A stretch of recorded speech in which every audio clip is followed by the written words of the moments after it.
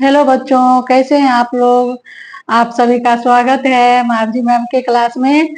तो इसके पहले हम कर्ता कारक का विभक्ति पढ़ाए थे। आज कर्म कारक पढ़ाने जा रहे हैं। कर्म कारक का संस्कृत में सूत्र है कर्तुरीप्सित तमम कर्म। कर्तुरीप्सित तमम कर्म। इसका कर्तु कर्तु जोड़ इप्सित इप्सित जोड़ तमम तमम। इसका अर्थ है कर्ता की इप्सित मने इच्छा, तमम मने अत्यंत। कर्ता की अत्यंत इच्छा जिस काम को करने का हो उसे हम कर्म कारक कहते हैं। कर्ता की अत्यंत इच्छा जिस काम को करने का हो उसे हम कर्म कारक कहते हैं। जैसे रमेश पुस्तक पढ़ता है, रमेश पुस्तकम पठति। तो इसमें रमेश की इच्छा है पुस्तक पढ़ने की। रमेश की क्या इच्छा है? पुस्तक पढ़ने की। कर्ता की अत्यंत इच्छा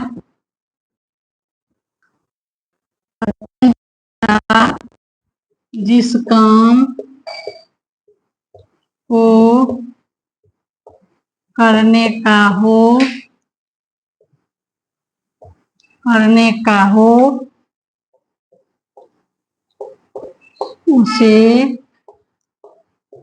कर्म कारक कहते हैं। कारक कहते हैं। यथा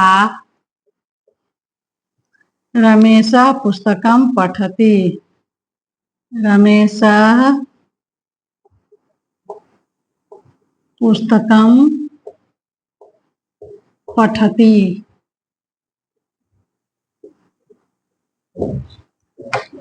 यहाँ रमेश की अत्यंत इच्छा है पुस्तक पढ़ने की, तो कर्म कारक क्या हुआ? पुस्तकम।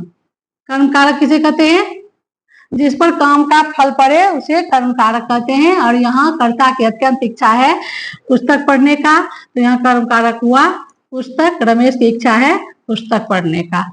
अब इसका अगला सूत्र है कर्मणि द्वितीया। कर्मणि द्वितीया।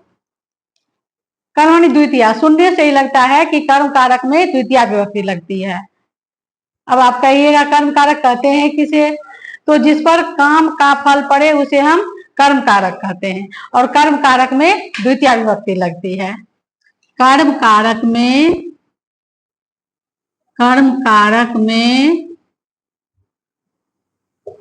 द्वितीया विभक्ति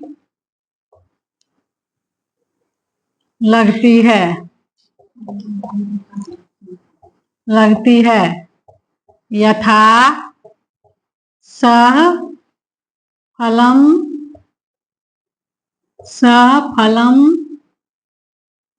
खादति। सह फलम खादति। यहाँ द्वितीया विभक्ति किसमें लगा? फलम में। द्वितीया विभक्ति किसमें लगा? फलम है। फलम में, क्योंकि वह फल खा रहा है। क्रिया का फल पर पड़ रहा है। तीसरा है क्रिया विशेषणे द्वितीया। क्रिया विशेषणे द्वितीया।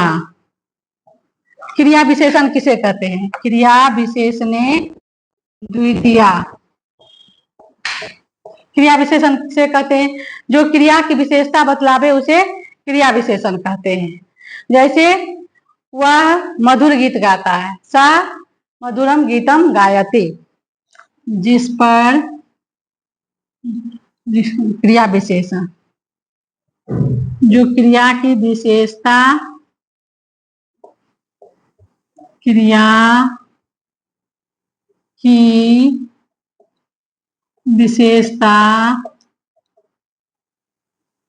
बतलावे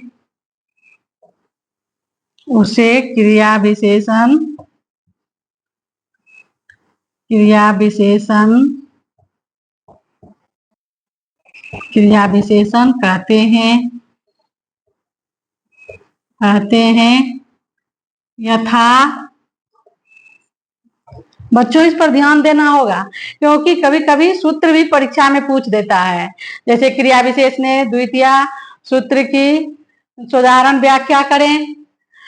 वर्ग 10 और वर्ग 9 के लिए तो बहुत ही महत्वपूर्ण चीज है ये। यथा स मधुरम गीतम गायति, स मधुरम गायति, स मधुरम गायति।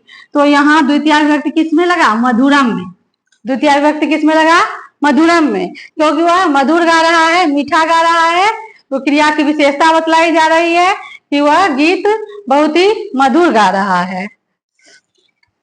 तो आशा आप लोग समझ गए होंगे। इसे समझना है अच्छी तरह से और याद भी करना है, तब तो समझ में आएगा। नहीं तो ऐसे ही लिख कर रख दीजिएगा तो समझ में नहीं आएगा। इसे प्रैक्टिस भी करना है, अनुवाद को प्रैक्टिस प्रतिदिन करना है। हाँ, अब है अभितः, अभितः परितः सर्वतः योगे द्वितीया। अभितः परितः सर्वतः योगे द्वितीया। अभितः परितः सर्वतः योगे द्वितीया।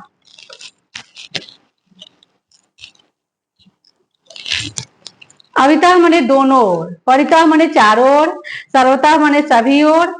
और इन शब्दों के योग में द्वितीय विभक्ति लगती है। जिस वाक्य में दोनों ओर, चारों ओर, सभी ओर, निकट, समीप लगा रहे, उसमें द्वितीय विभक्ति लगती है। यथा, यहां लिखिए अभितः, अभितः दोनों ओर, परितः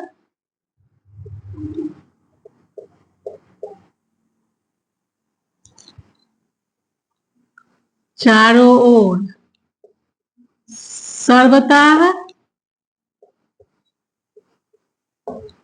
सभी ओर।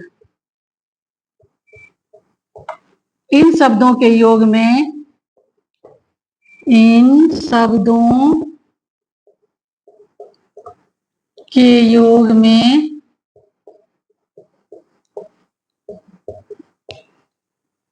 द्वितीय विभक्ति लगती है। द्वितीय विभक्ति लगती है। यथा अभितः परितः सर्वतः योगे द्वितीया। अभितः माने दोनों ओर, परितः माने चारों ओर, सर्वतः माने सभी ओर, और निकट, समीप, इन शब्दों के योग में द्वितीय विभक्ति लगती है अनुवाद बनाने में। जैसे नदी के दोनों ओर पेड़ हैं। यथा नदीम, नदीम अभितः, अभितः या उभयतः, उभयतः का मतलब भी दोनों ओर होता है। अभितः वृक्षा सन्ति, दोनों ओर वृक्ष है तो वृक्षा सन्ति। यहाँ वृक्ष का वृक्षा हो गया, क्योंकि बहुवचन है, दोनों ओर से पेड़ है। पेड़ एक नहीं है, बहुत पेड़ है, इसलिए इसमें वृक्षा लगाया जाएगा। बहुत से छात्र वृक्ष दे देते हैं, वृक्षात दे देते हैं, ऐसा नहीं होना चाहिए, वृक्षा होगा, क्योंकि वृक्ष का बहुवचन वृक्षा होगा। दोनों ओर पेड़ हैं। और अब है नदीम उभिता वृक्षा सन्ति, नदी के दोनों ओर, इसका हिंदी भी लिख देते हैं, नदी के दोनों ओर, दोनों ओर पेड़ हैं। अब है घर के चारों ओर पहाड़ हैं। गिरिहम परिता, गिरिहम, गिरिहम परितः, गिरिहम परितः पर्वताः सन्ति, गिरिहम परितः पर्वताः सन्ति। घर के चारों ओर पर्वत है, घर के चारों ओर पर्वत है।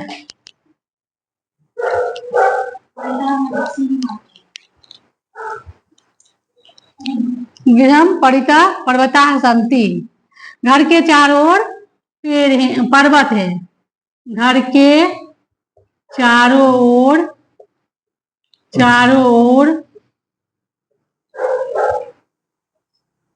पर्वत हैं। सर्वथा अब विद्यालय के सभी ओर रास्ते हैं, विद्यालय के सभी ओर मार्ग हैं। विद्यालयम विद्यालयम विद्यालयम सर्वथा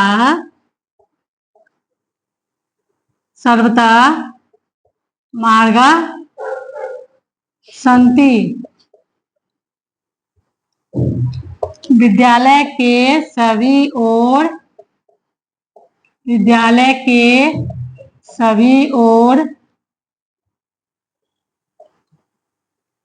मार्ग हैं।